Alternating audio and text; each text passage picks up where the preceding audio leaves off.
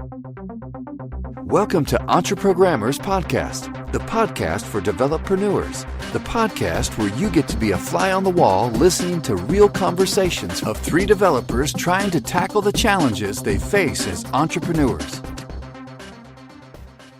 All right, we are here. So we've got a special guest today. We have Rick. We do not have John. John is currently, I don't know where he is, honestly. So I think he's somewhere in the Pacific. He was on a cruise, and he gets on the cruise, and he was telling me, "Oh yeah, I'll be working this week. And then he gets on the cruise, and then I get a text from him like 4 hours later, and he's like, "Yeah, there's no internet access on this boat." So I've gotten like one or two text messages from him. So for all I know, like his boat sunk, into the Pacific. But I'm sure he'll be back at some point. So Rick, why don't you? I don't know too much about what you're up to, so why don't you tell us what you have going on a little bit? Sure. Well, thanks so much for having me as a guest. It's really exciting stuff. I requested last week, but we couldn't get it set up correctly. We just completely forgot. Yep. Yeah. It was chaos last week, so apologies for that. I talked to John about it, but anyways. But yeah, I am one of the team members for Poodle Team, which everybody always seems to laugh when I say their team name. I think especially John. Like, I don't know if John doesn't like the name or it's not super super cool like the other ones, like Thunder Team or Pack Team. Yeah.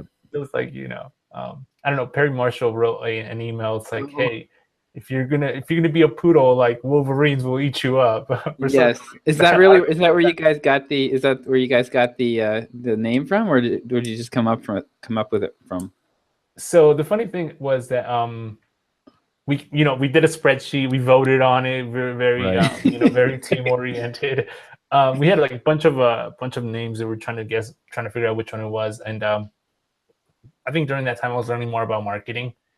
And I just felt like, anytime you're learning a new skill, you feel like you're, very bad at it. And, you feel like, people are making fun of you because you don't really know how to do this thing called marketing, right? And I'm like, you know what? Let's just go with the worst name, the worst possible way. Just lean into it. Yeah, let's just embrace the pain, right? So, right. And, Jason, I got Jason sold on the names. Like, hey, I got a poodle. Let's do it. Why not? Right. Nice. I love it. So yeah, that's how we got the name. So yeah, I'm one of the team members there. Last week we had our holiday networking mixer, so we had a couple people jump over teams and talk to each other, and just get a different perspective on the stuff they're working on. Nice. Yep. And I actually, which team did I crash? Wolfpack? I don't remember, but I was on one of them too. So. Yeah, the whole idea was for other people just to jump on and get some expertise on there. Maybe we'll do it next year around. Just because everybody has different skill sets and everybody focuses on different things, and everybody comes at problems from a different angle. So that was the idea there. Yeah, I need to pay more attention to that. That sounds like a lot of fun. I will probably participate next time. Last Friday was just not good for me. I forget what happened. It was craziness. I think we were trying to finish some stuff up before John left. Yeah, well, I think it's 5 teams total or 4 teams. I think it's 5. Yeah. 5. Yeah. So imagine trying to. So when I originally pitched this idea to my team, it's like, all right, Rick, go ahead and organize this entire thing together. Nice. Yep. I'm like, I don't think it's gonna happen because everybody has their time schedules very different, and right. All of that. So nice. I'm happy that something happened, but Yep. Yeah. So Rick and I have talked a few times, I think, but never in person, which is kind of funny. Well, I think we did, Chuck. Did we? It was 2013, a long, long time ago. Oh, okay. And a far, far away.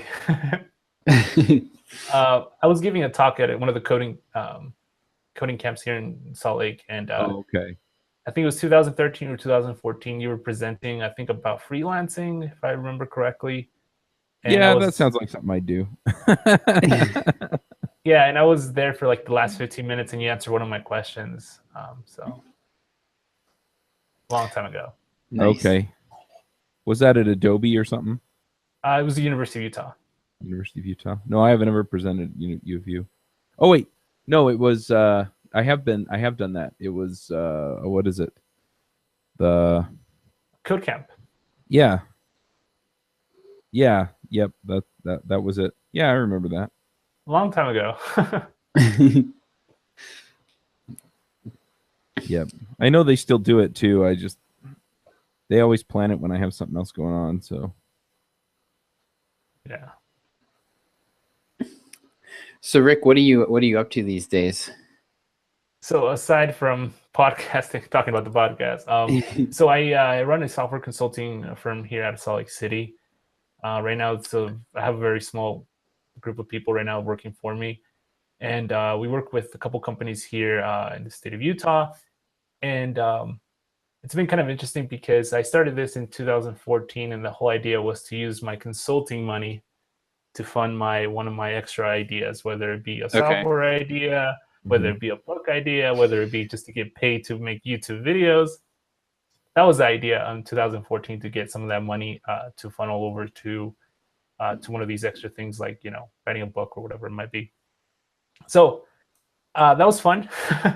I did that for 2014, 2015. I quit my job 2015, and started making that transition over to 2016, 2017. And this year, like around October, I decided I didn't want to do this. The whole entire, buy because I'm Rick, buy Rick, I'm awesome, my thing, blah, blah, blah. This realization after studying, marketing material, after talking to my mastermind, after going to countless seminars, after going towards, learning more about yourself, entire thing. So I'm making the shift, and I was like, all right, well, if I'm not going to use my consulting money to do this other thing, what am I going to do now? Like, I was at this point where am I going to head now? And then I remember that book that John recommended a long time ago that goes, the obstacle is the way. Yeah. So I hate consulting, right? I hate working, per hour, right? Right. I hate doing that work, but it does pay very good. Yep.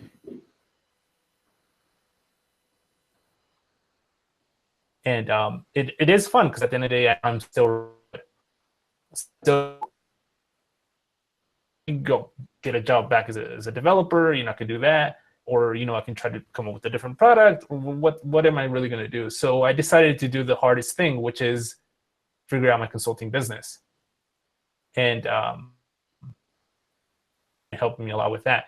And I did the math, and on a good year, if I can finish out 5 projects, so 5 software projects, complete those out, that's a really good year for me.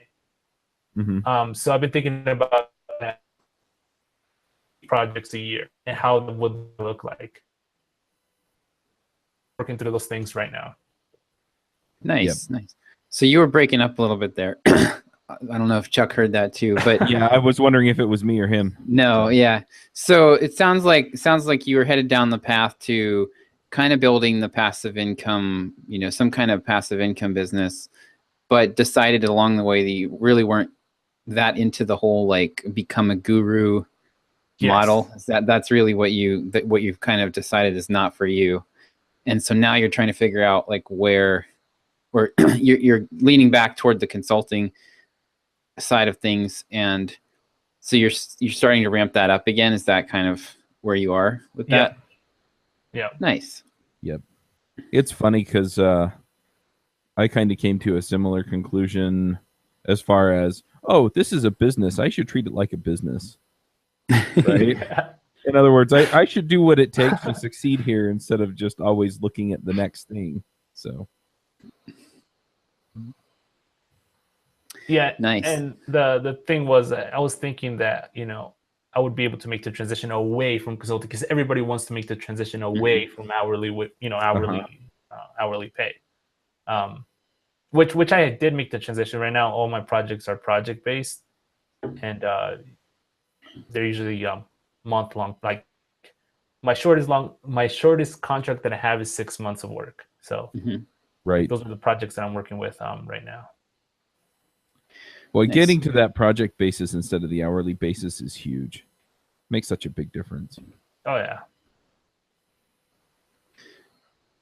Nice. So are you how many have you been doing the consulting? Do you have anybody working for you, or like is it just you right now, or? So I have 2 subcontractors that I work with closely. Okay. But as far as like having people on payroll, not yet. Mhm. That is one of the goals for next year though. Okay. Don't rush into that too. I was going to say payroll still doesn't sound like any fun to me. Well, like I was listening to one of the I think it was a couple episodes back where John's like, use all the extra money you have to hire other people. Yeah. And that's how you really start multiplying your efforts. And it's like, well, like, good year for me is 5 projects. How do I 10x that? Mm-hmm. It's either I'm going to write more software to write software for me, or I'm going to get people to work for me. Like there's no other way. Right. Well, the other thing is bigger clients and bigger projects, like getting paid more to do the exact same work. Yep.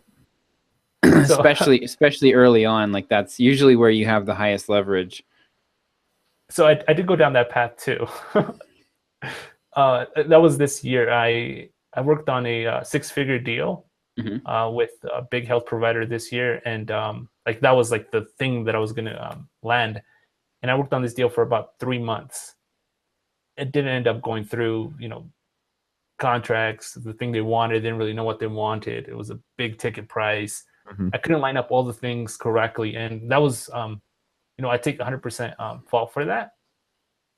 But at the same time, it was just like, it was a complete new realm of like me selling something that was so expensive, and then for them to be able to determine ROI on over 6 figures. So Right. it was Right. completely different ball game.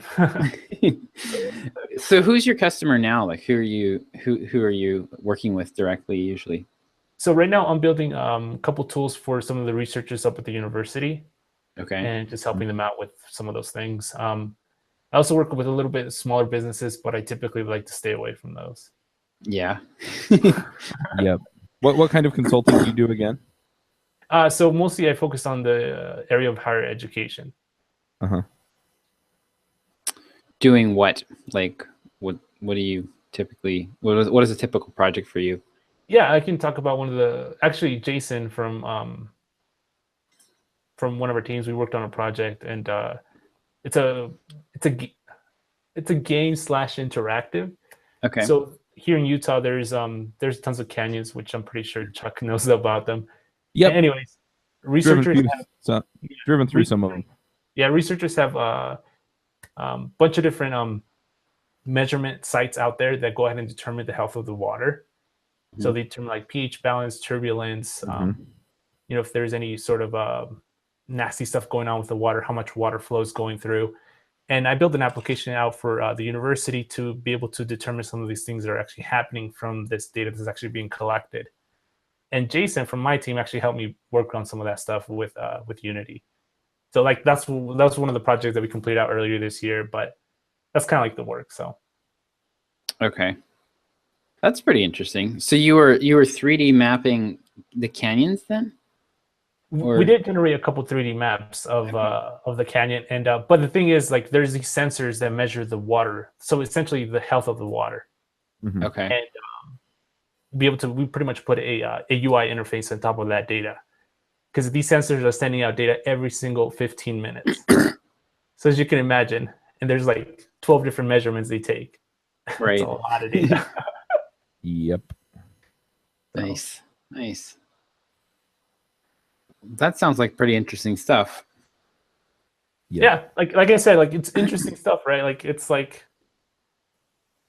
fun work. It's interesting, like in the way that you're building something that's actually meaningful. And I always kept trying to figure out like how can I make more sales with my course, or how can I get more people to my blog, or how can I do this? And I'm like, I'm just making my life a living hell, like trying to do this. Yeah. So why not focus on the stuff that I'm good at? So Yeah. Well, the other thing is, you know, if your business grows to the point where you have a ton of margin later on, then maybe you can come back to this and you're not, oh, well, I either have to, you know, eat, you know, buy food or, you know, do my course, you know. So if that's still something you want to do later on, then you can just go there. That's one of the things that like a lot of people don't talk about. Everybody talks about like you need to be blogging, you need to be writing, you need to be video, you need to be doing all these things, but like sometimes you don't need to be doing those things. You need to have a way to get prospects into your sales funnel. Yes. And there are a gazillion ways of doing that, and blogging is one of them. And I would, in a lot of cases, I would argue it's one of the hardest ways to do it nowadays. You know, YouTube works for some people.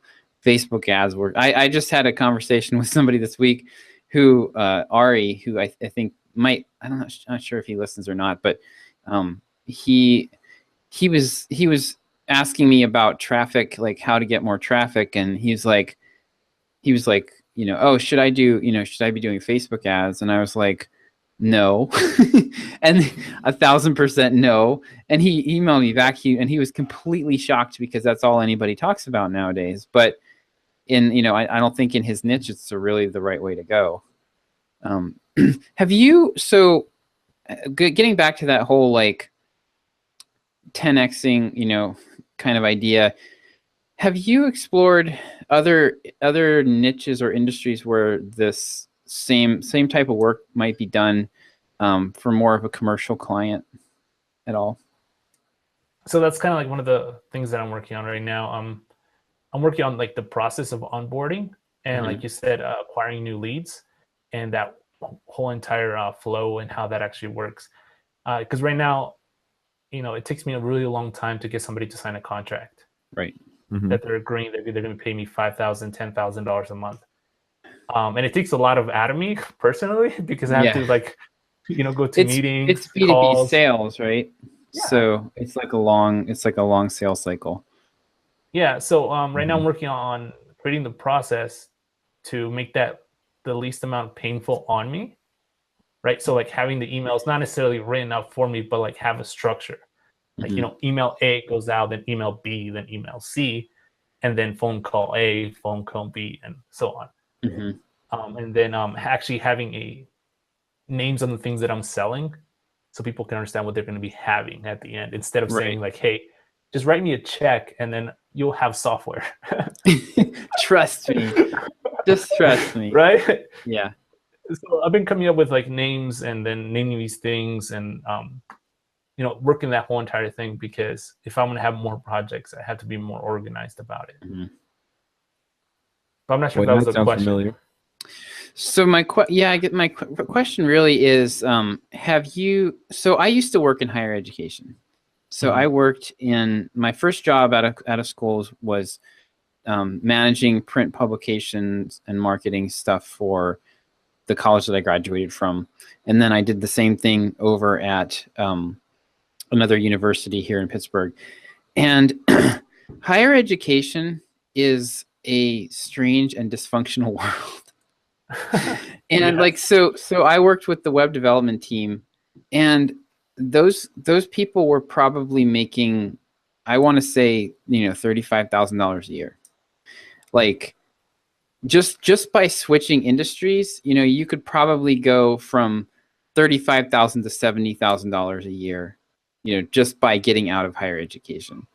So I'm wondering, like, if you took the same basic, some of the projects that you're doing and looked for applications outside of higher education where, you know, like on a more of a commercial level, I would not be at all surprised if you could get somebody to pay you 5 to 10 times more for the same type of work that you're already doing by just shifting to a different industry.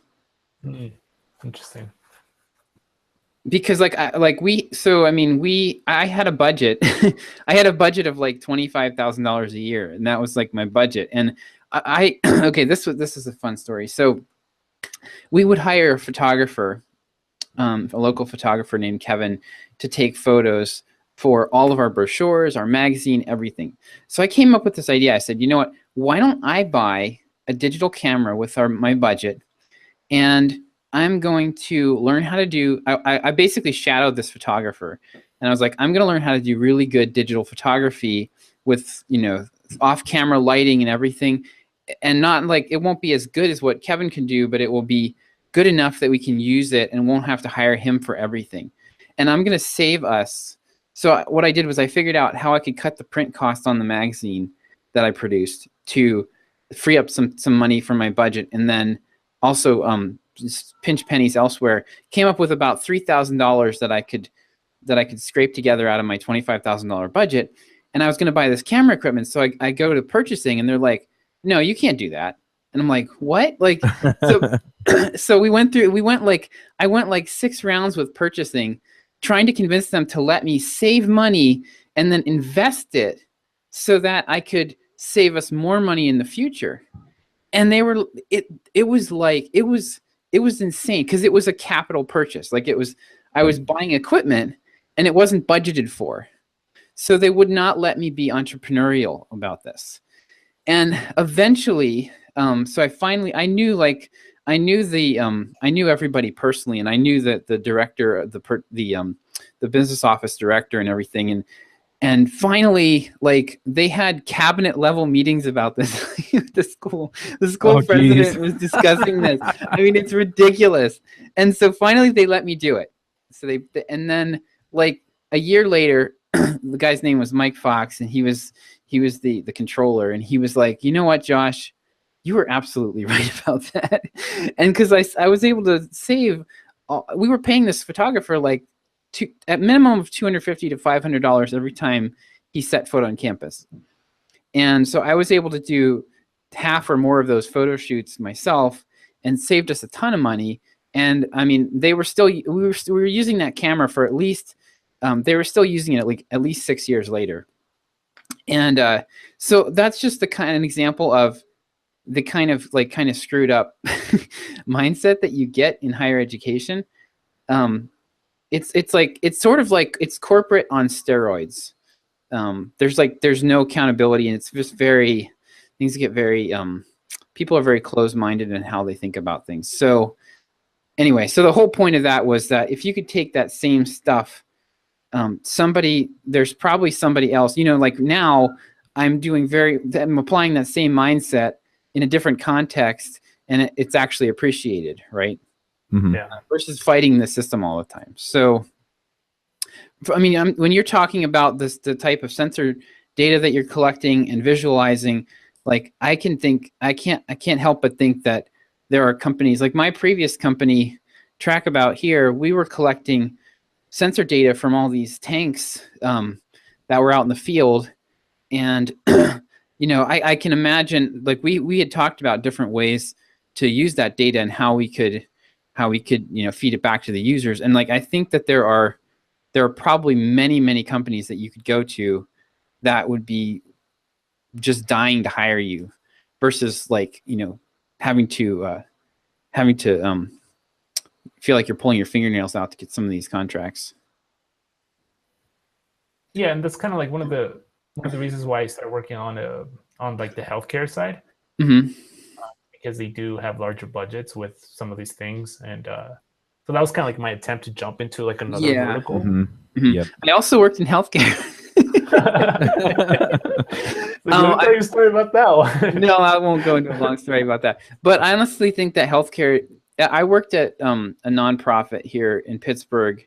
It's the largest. It's UPMC, and it's like the largest healthcare provider in the area. They've bought up they have like their own health plan. Like they have insurance that they offer, and they also bought up most of the hospitals and everything. And I feel like that's a pretty similar environment. There's a lot of money there, but it's an industry with a lot of entrenched bureaucracy. Mm-hmm. And I think if you're able to go to, you don't want to go to small businesses because they don't have any money. But if you could find companies that are still kind of in the move fast and break things stage of their growth, it might be a much shorter sales cycle versus, because like with the healthcare, like with UPMC, oh my goodness, like it's I don't even know how big it is now, but it's a multi-billion-dollar company, and to get anything done, I worked in the marketing office, and we had they were hiring this New York agency to do branding stuff for them, and it was like a long 18-month painful process. So I can totally see where that would be a real struggle to break in. And I mean, I had I will tell a story about this. I was doing SharePoint development, okay, Right. and I had this ancient creaky desktop machine that I was using, and I wanted to have. We had a staging and we had production, okay. And there was you did a lot of your development was done on staging, which everybody depended on. It was practically a second production system, because that was where you would do your content development, and then it would go live in the live site. And I wanted to be able to do development on my own machine and not on the staging server, because if you made a mistake, you were literally copying and pasting, these huge XML files into tiny little boxes on the screen and hitting save, and then the whole site goes down. It's like yellow screen of death. And I wanted to do that on my machine and not on the mission critical staging machine. And so I was trying to get them to buy me a stick of RAM. I needed more RAM on my freaking machine so I could run the virtual server virtual machine. And I asked, it was like 6 months, and I couldn't get it. They wouldn't buy me the faster hard drive. They wouldn't buy me more RAM for my. I think I had I don't know. I think I had 4 gigs of RAM. I needed 8, and they wouldn't do it. So yeah, I mean, that's the type of, you could not pay me enough money to consult for an organization like that. Even if you do really great work, the chances that somebody else is going to screw up what you've done, or pull funding for the project or whatever, it's pretty high. So yeah, I would steer clear of that type of thing. I talked to a friend of mine. He kind of said the same thing. They're like, Rick, the cards are kind of stacked against you. Yeah. Yeah. But then I'm like, man, that's kind of like the victim mentality. Is no, I can make it happen, but then it's not happening, and it's yeah. Well, those types of organizations are all basically built around CYA. Everybody's just trying to not get fired, and anybody who's any good at anything leaves and goes somewhere better where they make more money.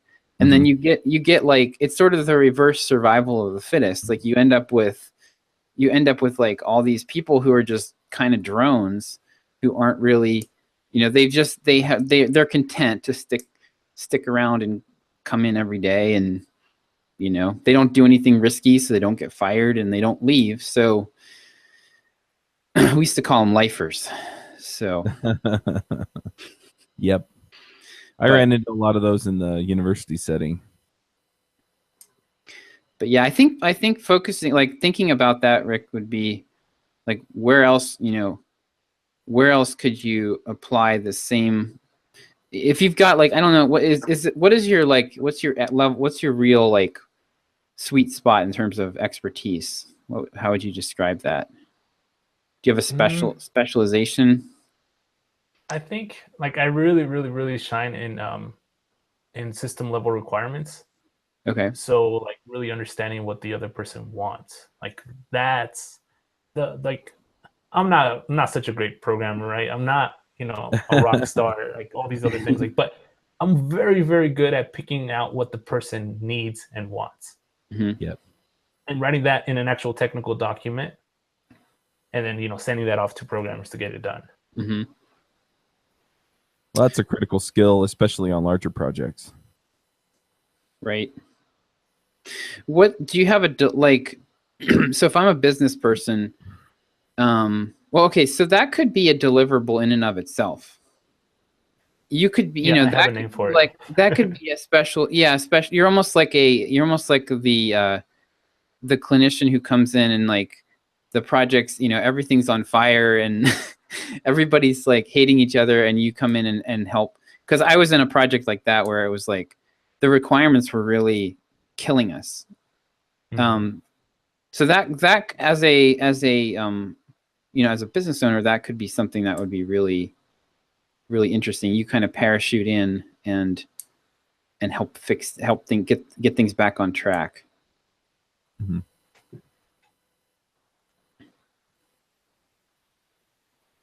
Well, that, or I mean, it sounds like what you're doing is you're filling the role that you said you excel in, and then you find programmers who are more competent than you to do the other stuff.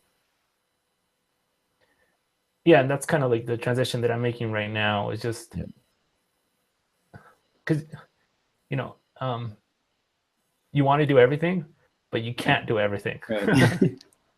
and I figured this out the hard way, learning about marketing for the past year. Mm-hmm. So, does your shop have a specific type of software that you specialize in that you're better at than average? Or, I mean, not, I'm talking, excuse me, deliverable, like we do data, like we do data visualization for canyon exploration. That's more what I'm talking about. Like, if I want to hire you, if I'm like an oil company or something that wants to hire somebody, what tasks would I be looking to accomplish that would lead me to find you?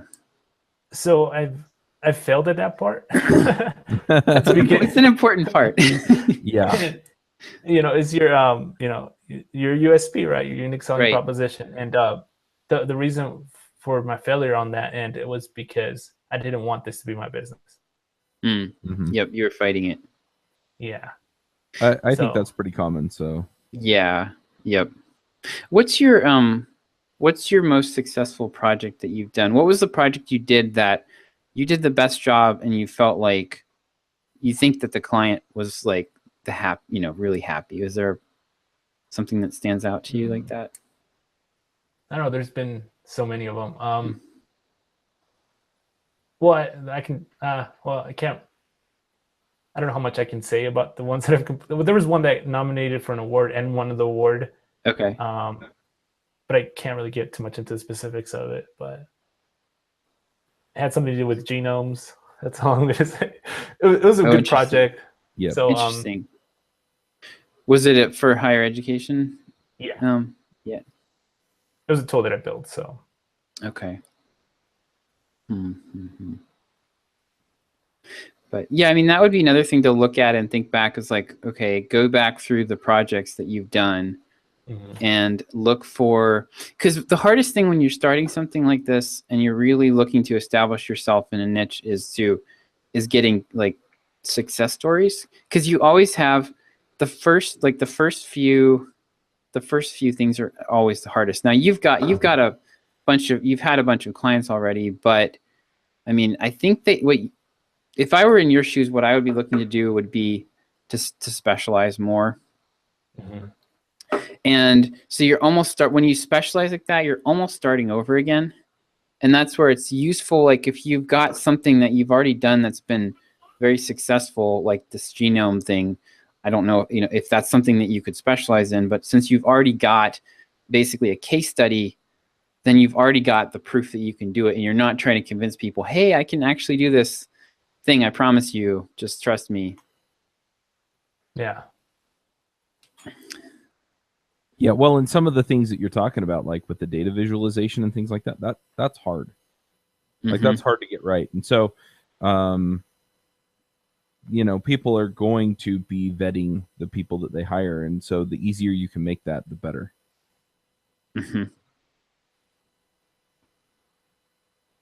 Sorry, my wife had to come in here and get the 2-year-old. I got tired of her screaming, so I put a show on the iPad. Nice. Anyways, guys, that's enough about me. About my drama. Yeah, it's just.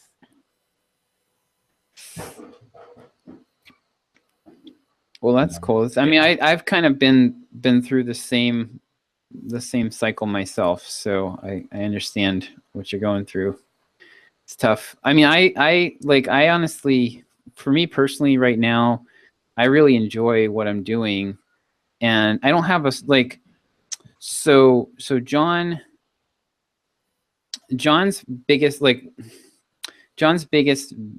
one of his big personal values is freedom, and he wants to be totally unshackled from the business and have it be pretty very passive. And I've actually found that I'm kind of in the middle. Like what I want mostly is leverage. And if I have to write emails for the next 5 years, I'm actually okay with that right now. Like I enjoy what I'm doing. I don't have the desire for it to be completely hands off and never have to work on anything again. I like what I'm doing. And so, I mean, I want some freedom. I want flexibility, but I don't necessarily want I don't want to have to necessarily walk away and never work again. Like that just doesn't really appeal to me right now. So, yeah, I mean, I understand where John's coming from to the extent that I don't want to feel like I have to do it. But the flip side of that is that I want to be doing stuff that I want to do. Mm-hmm. And so where I'm at is, if I don't show up for a podcast recording, I want it to happen anyway. Right. And if I don't send out the emails, or I don't get emails written, they go out anyway. And if I go to CES and I miss a week's worth of stuff, all the stuff happens anyway. Mm-hmm. And, and then I can come back and I can keep doing what I like to do and what I'm good at. And, so to me, that's what freedom is. I don't know that it's a complete disconnect from the business as much as just, I don't feel like I'm obligated to, to do more than I really want to. Well, yeah. It's really I don't know when this happened to you guys, but it's really empowering when you can make money for yourself. Oh yeah. Yes. Yeah. This happened to me when I was 15, 16, mm-hmm. and I was just that's the Pandora box. Once you open that box, you cannot close it. Yeah, it's funny because a lot of my neighbors, they keep trying to do me the favor of getting me a job at Adobe. And they're like, you could make $150,000 a year, right? And all this stuff. And, are you making that much right now? And, the honest answer is not quite. But I keep looking at them. I'm like, yeah, but I don't have to drive over to that building every day. Yeah. I don't have some other idiot telling me what to do who really has no better clue than I do as far as what has to get done. And, anyway, it's just an interesting conversation there. And yeah, just seeing, look, I'm in control. I can go out and I can make my own money. I can make money for myself and for my family. And I mean, to be perfectly honest, the gross income for the business is more than the $150,000 a year. It's quite a bit more than $150,000 a year, but what I actually bring home is less than that, right? And so it's just interesting. And it's like, look, if I get this stuff clicking along and I can build up these other areas, then I'm making $200,000, $300,000, $400,000 a year, right? Yep. Or I can roll that back into the business and increase my upside down the road, or, and I have all this freedom, all these options to just do the things that I like. And at the same time, the upside is, oh, well, I'm going to get a cost of living raise, or I'm going to go convince some other company that I'm worth 10% more. No, the upside is I found ways to leverage what I'm good at, and, and so I can 5x it or 10x it, because the limitation is, me and how much I can get out in front of other people. Yep. And that's freedom.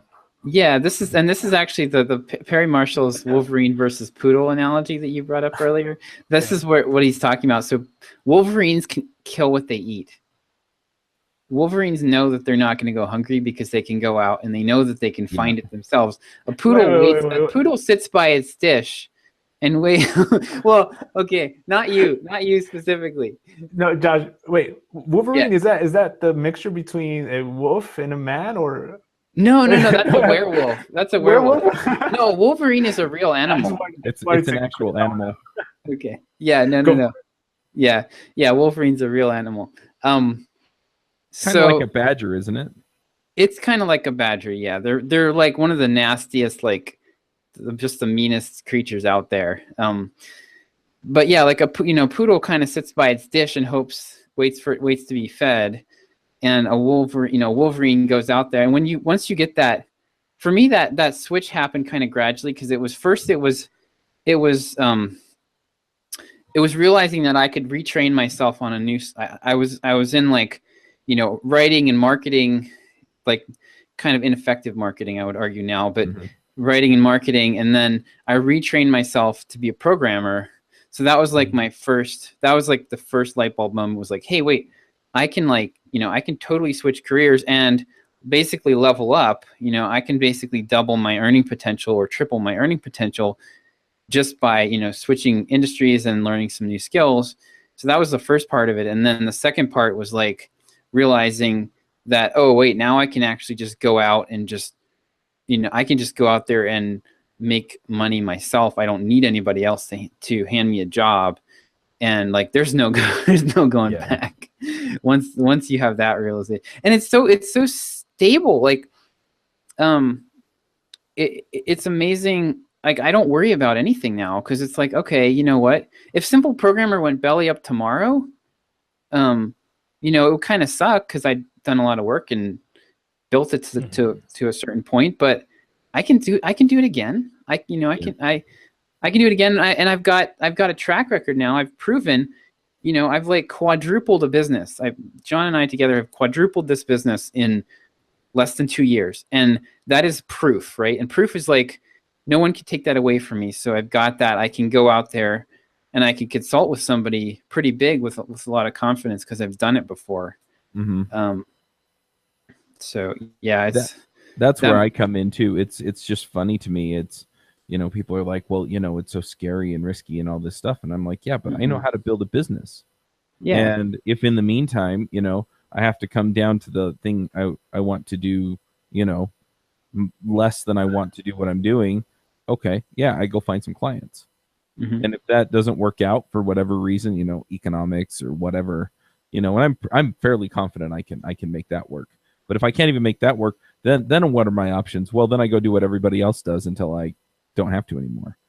Yeah. Well, and your skills as an entrepreneur will make it super easy to find a job. Oh yeah. I mean, like, seriously, once you've done this for a little bit, even if you have even just basic rudimentary marketing chops, you'll never approach getting a job the same way again. Well, that's the thing too, you want me to do the sales pitch to you so that you want to use my skills? Oh, yeah. Yeah, I could do that. Because that's what I do now is sales. Yep. So. Yeah, it's so funny though, because like some of my audience on my YouTube channel, they're like, "Oh, Rick, how do I get a job?" I'm like, "Well, you find the person that's above the person that's going to interview you, and you talk to that person." Yep. And you see that the interviews becomes irrelevant. The interview is irrelevant. It's just something that needs to get checked off. Yep. Well, the other thing is I talk to people and they're like, yeah, I put my resume out on all these job boards and I'm not getting calls, or I'm getting into the interviews and nothing's happening. And I'm just like, well, you're doing it wrong, because you're trying to come in the door with everybody else. And so you're just part of the crowd. I'm like, do all the other stuff, do the cold calls, show up at their office. I mean, do crazy stuff. I'm like, it's sales. There aren't rules. Did you guys freeze on me? No, I'm still here. You can FedEx them things like Barry Marshall does to me all the time. So yeah, it's just funny. Nice. But yeah. So Chuck, anything interesting going on in your world? So I've set up about 15 interviews / demos for CES. I'm talking to a number of companies about sponsoring my trip to Developer Week. I booked all of that travel already. Then I nice. So you don't have a sponsor. You booked it. Yeah, I just booked it anyway, because I feel like with that, between CES, NG Atlanta, which is sponsored, and Developer Week, I should be able to put out some pretty decent stuff. And what I'm aiming for is just being able to show off what people would be buying if they sponsored some of these other conferences. So then what I would do is I would say, all right, I'm going to, and I'm just looking at my schedule here. I'm going to be at NG Atlanta, or NGConf, sorry, in April. So does anyone want to sponsor me for that? And the nice thing there is I don't have to pay for airfare or hotel, so I just pocket all that. Ruby Hack, which is a local Ruby conference, or maybe I work things out to go to RailsConf for a few days, which is the same week.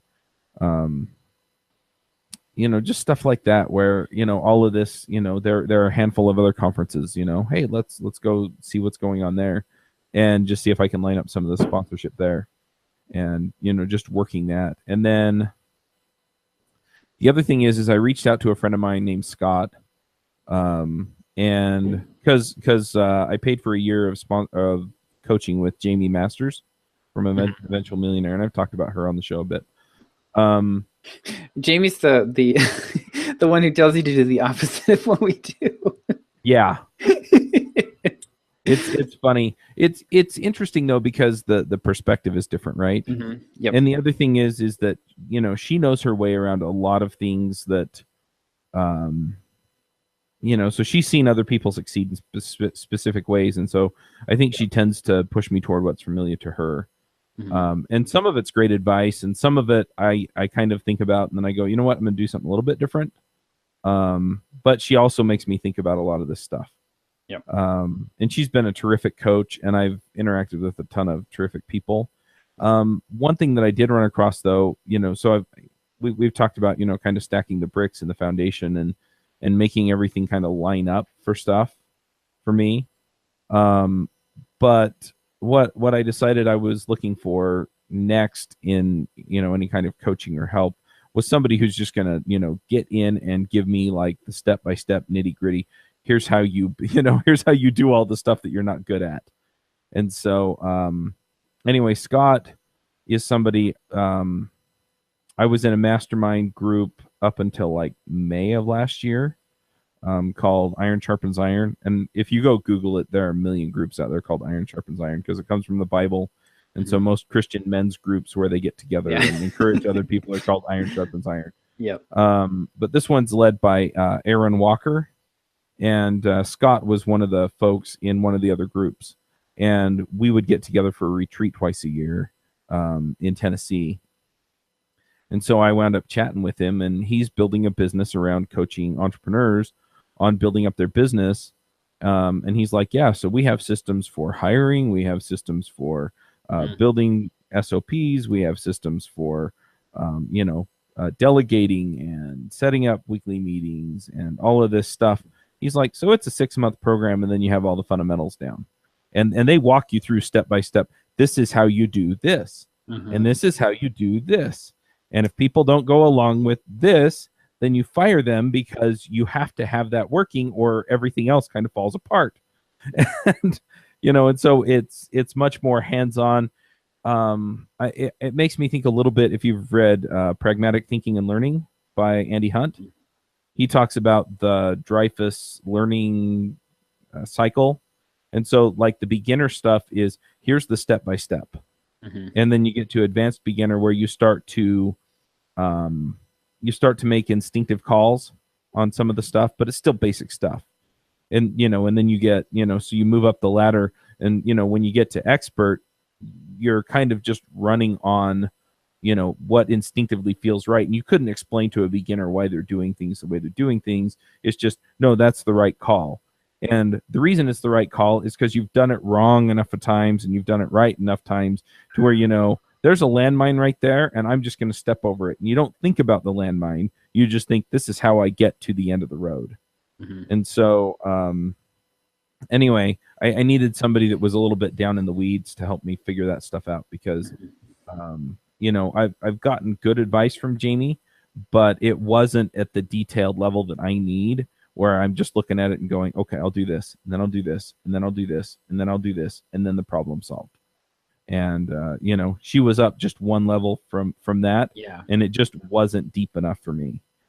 Now, a lot of the other growth in my business and building these systems and stuff like that have come out from her coaching, it's been highly, highly valuable. And what I'm thinking is I'll probably do the coaching with Scott for this year, and then I may go back to Jamie next year or in 2019 and do coaching again with her. Because what she can do is she seems to really get, okay, now you've got all these pieces in place. Let's take it off and skyrocket this sucker. So anyway, sounds like you're going into a consolidation phase almost. What do you mean? Well, like you've got to build a foundation. You kind of like have gotten to a certain level and you're on a scaffold that's kind of rickety. And you need to firm that up a little bit to build it and start to build up to the next level. Yep. And so, yeah, what Scott and his team are doing are essentially they're showing me how, okay, you reinforce the scaffold here and here and here. And, anyway, and here's how you do it. Like, here's where you screw things in to make it more solid. Right. And that's kind of where I decided that I needed the help. So I'm pretty excited. Everything gets, they gave me the first steps to follow, and so I'll probably be doing that over the next week or so. Okay. And then things really get going at the beginning of the year. But they have weekly calls, which means I have to go find a new Toastmasters club because they hold at the same time that Toastmasters is at. But that's what are you going to be working on initially? So initially, I mean, it's just they have you do profit first, which I'm already doing, which is he's like, oh great, you're ahead. But a lot of it's just set up. So I skipped the video on how to use Trello. But yeah, so that's what that first week is, or that first set of things is just getting set up so that you're kind of working in their system and doing things their way to move ahead. Okay. And then from there, it's Chuck, sorry to cut you off. Yeah. I'm gonna go with the opposite of that. So I don't know if you guys have heard from like Gary Vee, where they say, oh, business is easy. Nobody should major in business. Like this should be like something that just happens. And around that, I don't know if I followed that. Yeah, you might have cut out. Sorry, Rick, you cut out there. I got one syllable after the Gary Vee thing, and then you dropped off. Yeah. So the idea is, with a lot of this stuff with business, is a lot of people out there will tell you that you don't need training on it. Yeah. That you're just, either you have it or you don't.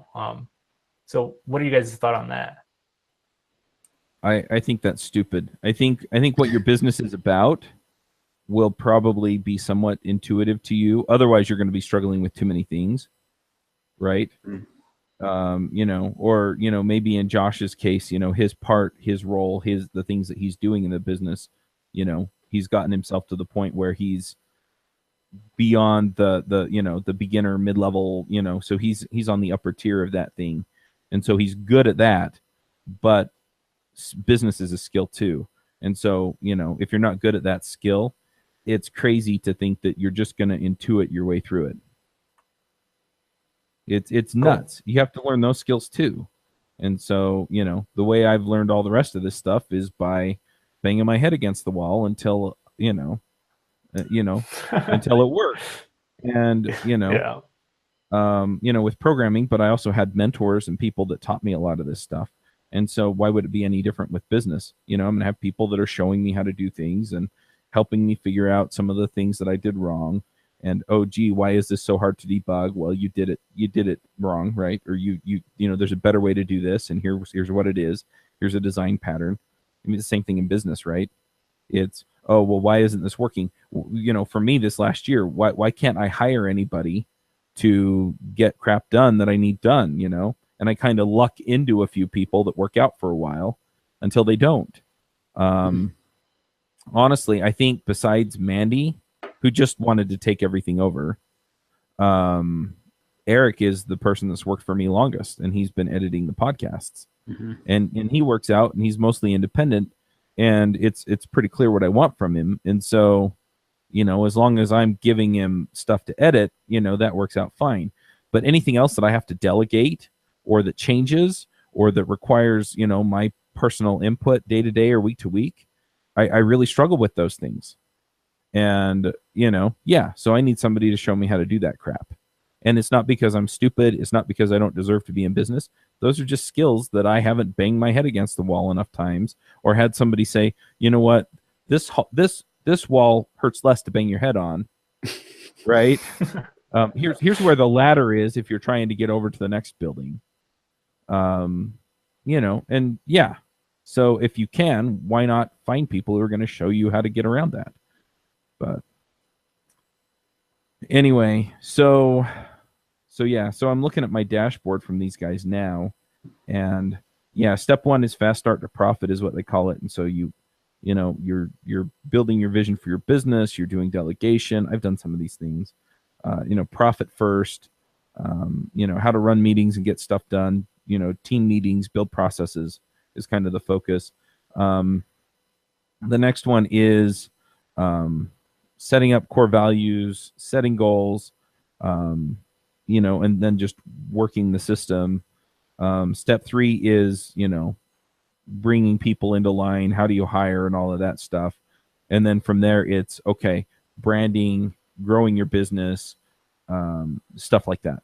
So they have this 4-step process that they put you through. And it's funny because I'm pretty sure they just have a template on Trello. So the second they knew what my Trello email address was, it just popped up there, right? I got added to this board, and so I get going on it, and I'm getting comments. Hey, looks like you're figuring this stuff out. And but it's stuff that I'm not good at, and it's stuff that okay, here, do this, do this, do this. All right, now we're all on the same page, so now we can help you, build the systems and all that stuff. So anyway, and the other thing is Scott's a terrific guy. And it's also funny because from that group, the Iron Sharpens Iron group, I joined the Facebook group, and I knew about half of the people in there already. And 2 or 3 of the people that he has working for him to help him, keep all of us in line are people that I know. And so that's also been nice, because it's like, oh, thanks. By the way, how's it going? So anyway, but I'm excited just to get rolling with it. And some of this stuff I'm planning on doing next week, because I feel like doing sales between Christmas and New Year's is kind of a dud. I'll still be lining up appointments and demos for CES, because I think some of that's going to go on all the way up to the show. But yeah, at this point, I'm also trying to decide if I want to invest in a DSLR camera or something so that I can, do better videos and stuff like that, or if I just want to use my iPhone. I don't know. But yeah. Nice. So I'm see excited. if you get a sponsor to pay for the DSLR. Oh yeah, that's not a bad idea. Of course, for NG You just Atlanta, tell them the premium quality video is an extra $900. And that's your don't DSLR. forget to have an executive meeting about it too. Oh yeah, that's right. Yeah. Yeah. The thing that's interesting is like NG Atlanta. It was funny because I initially looked, and my travel costs I figured out were going to be like $1,800. Mm-hmm. And then I found this website called upside.com. And I'm not flying Delta, and I'm not staying in a Hilton, which are where I have my memberships, so I get the points. But it cut my cost down to like $700. Oh, nice. Wow. And so, I'm like, yeah, I'll do that and forego the points. And then there was an issue with one of the reservations, so they upgraded my reservation in Atlanta. So I'm staying in a nicer room than I initially booked. And yeah, they've been terrific. And so I'm kind of thinking about taking some of that extra money and just springing for a nicer camera. Yeah. And then if I can line up a sponsor for Developer Week, then, pulling the trigger on that, I can probably do the same thing, have a few $1,000s profit come out of it. And then, that'll help cover this as well. But a lot of the packages, I don't need a really fancy one. And a lot of the packages on Amazon are like $300, $400, $500. You could also look at getting a used one. I bought like last year's model when I bought my DSLR, and I'm still using that thing. It's probably 10 years old now.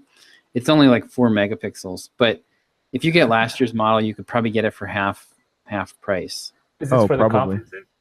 What's that? Yeah, it's for the conference, the interviews at the conferences. Yeah, if it's only like 3 or 4 conferences, it might be cheaper to hire somebody to go out there with you.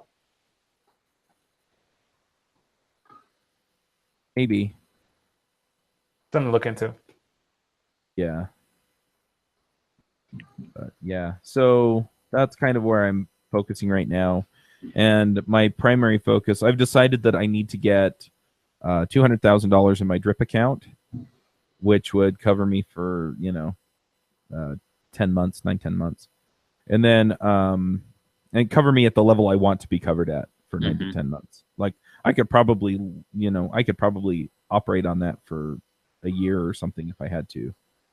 But then the other thing is then I can focus on some of these other areas and really just knock them out of the park. But yeah, I've also been getting the Indiegogos up. I just need to record videos, and then I'm going to post the Vue and Elixir ones. The React one's already up. I think it's just a hard time to pitch it, and so I'm probably going to hit that hard after New Year's. But it's funny because I had people asking for the React and Elixir podcasts, and the one that I keep getting emails about once I told people I was putting them together is the Vue podcast. So go figure, right? But yeah, so lots of stuff going on. I don't know that I'm necessarily looking for any kind of, advice or anything at this point, or, need any pointers. I'm just going to run ahead and, pull the trigger on a lot of this stuff. Nice. So yeah, so it'll be interesting to see where things go over the next few weeks. But yeah, this week there's not a whole lot to report because I've just been doing the Indiegogos and trying to get a lot of this other stuff lined up. So sweet. Yep. I don't have much to report. This has been a mind-numbing week for me. We're working on migrating from. We are currently on like 3 different shopping cart systems, and I'm working on getting us switched over to WooCommerce exclusively, which will be running on our server. So we'll have complete control of it. Nice. And I love WooCommerce. Oh my gosh. Like anytime I've had to make any kind of change this week, I've been able to just basically Google it and find either a plugin or some kind of snippet that I can slap into WordPress. And but yeah, it's just, I spent all day yesterday setting up, converting how to market yourself into a streaming course. So like we used to make people download the whole thing, and it was like over 2 gigs of files. Oh wow. So I basically spent all day just in WP Courseware, just making courses and course modules and units and copying and pasting videos from Amazon S3, and it was pretty horrible, but needs to be done. So yep. Hire someone. Yeah, I'm going to. Once I have 1 or 2 of them done and we're happy with how it works and everything, I can pretty easily do some videos and show somebody how to do it. I do not intend to convert all 6 of our products. I will not be doing that. Yep. But yeah, that's pretty much it. We also got the Audible finally released our audiobook. So that had been sitting. So I think it was like last week, they emailed John and said, "Hey, we've updated your status to heading to retail." Like, what the freak does that mean? It's an audiobook. Like, what does heading to retail mean? It's not like they have to ship the thing anywhere. Right. And so it sat there for a whole week. We were going to launch it. We were hoping to be able to launch it kind of middle of this week, and it didn't happen. And then it popped up on Amazon yesterday. So I just sent an email out about it, and so we'll see how that goes. But we were already just from putting it out there, since we're getting so much traffic to the book already. It shows up. It's linked to the Kindle and the print version. So we were already at like #1 new release in software development. So I imagine we'll probably climb up get a nice pop out of this launch release. Nice. But yeah, Christmas has been weird. Like, it's fun to watch because the print version of the book is selling really well. We've seen a drop off in Kindle sales and a big ramp up in the print sales. Like we were selling 9 or 10 a day in print, and the last few days it's been like 20, 30 plus a day in print. Mm-hmm. And then the audio or the Kindle versions dropped off. So, which kind of makes sense because not many people give a Kindle edition. If you're going to give a gift, it's going to be the print. So, yep, you can't wrap the Kindle edition. Yep. But yeah, it's been very quiet and boring. No John. No, John's the crazy maker. He's always got ideas that he wants us to try out, and so yeah, always a lot more exciting when he's around. Yep. So, but you guys want to do? Yeah, thoughts? let's do some thoughts. I'm not sure if I have one. I'll have to see what I can come up with here. You know, I mean, my thing mostly at this point is I'm planning on taking a few days for Christmas. And I've also decided kind of on the personal front. So my 6-year-old has just been, he's a little monster. And, you know, so I took him to see Ferdinand last Saturday. And, you know, my wife is going to take him just for, you know, she's basically going to go to a hotel room and just, you know, play with him in the pool and watch movies with him and stuff. You know, we discipline him when he does stuff wrong. It's not like, you know, we're rewarding him for bad behavior, but, you know, just thinking about it and what kinds of things make a difference. It's easy for me to get focused and sucked in on all of the business stuff. And sometimes I forget that I have these other things going on that I need to pay attention to. And so, you know, I'm planning on taking a few days off for Christmas, like I said. And I'm planning on taking more time in the evening for my kids and my wife. And you know what? I mean, we do all this stuff. At least I get the impression from everybody that's involved in all of the EntreProgrammers groups that we all enjoy being entrepreneurs. We all enjoy, you know, fighting the fight and growing the stuff that we are growing. But don't forget why you do it, right? You have the rest of your life that also has to be taken care of. And, you know, sometimes work's going to take over, and that's normal. But, you know, don't let it completely consume your life, because I feel like I'm now at the point where I'm starting to have to, you know, make up for that. And it's painful and it sucks. And, you know, if I had been a little bit more mindful of things, it would have been, you know, wouldn't be so hard now. So anyway, I don't know what the coherent 5-second rundown of that is, but yeah, just pay attention to all of the aspects of life. Make sure you're taking care of all of it. Nice. So one thing, so ever since I quit my job, I've been kind of counting down the days to when I would have 2 years worth of tax returns so that I could start thinking about maybe buying a house, because we've got a fairly, it's not a tiny house, but it's a fairly small house, and we have 3 young boys, and it gets a little cramped in here, and I really would like to upgrade us to something, you know, more spacious. And so I've kind of been like starting the process to see, like, okay, what, you know, can we do that this year? Is that, and financially, I felt like we were in a pretty good spot where we could actually start house shopping this spring, or maybe thinking about building something. And so I've been exploring like just the financing options recently, and come to find out, like, the numbers they use when you are self-employed are totally different than what you would expect. So basically, they've been looking. I had a phone call with the financing guy at the bank this week, and he's like asking me for my so on my tax returns, he's like, well, what's your adjusted gross? Well, I was like, adjusted gross? Like, that doesn't make any sense, because that's after that's after everything. So it's not just business expenses, which makes sense, right? Like you can't count business income that you're spending on just to keep the business running, but stuff like IRA contributions and mortgage interest deduction, all that stuff gets basically thrown out. So I'm like on this completely different playing field from your average Joe. Like your average Joe who has a job, a corporate job, they basically look at your W-2 paycheck amount, and that's what they go off of. With the entrepreneur, like they're going off of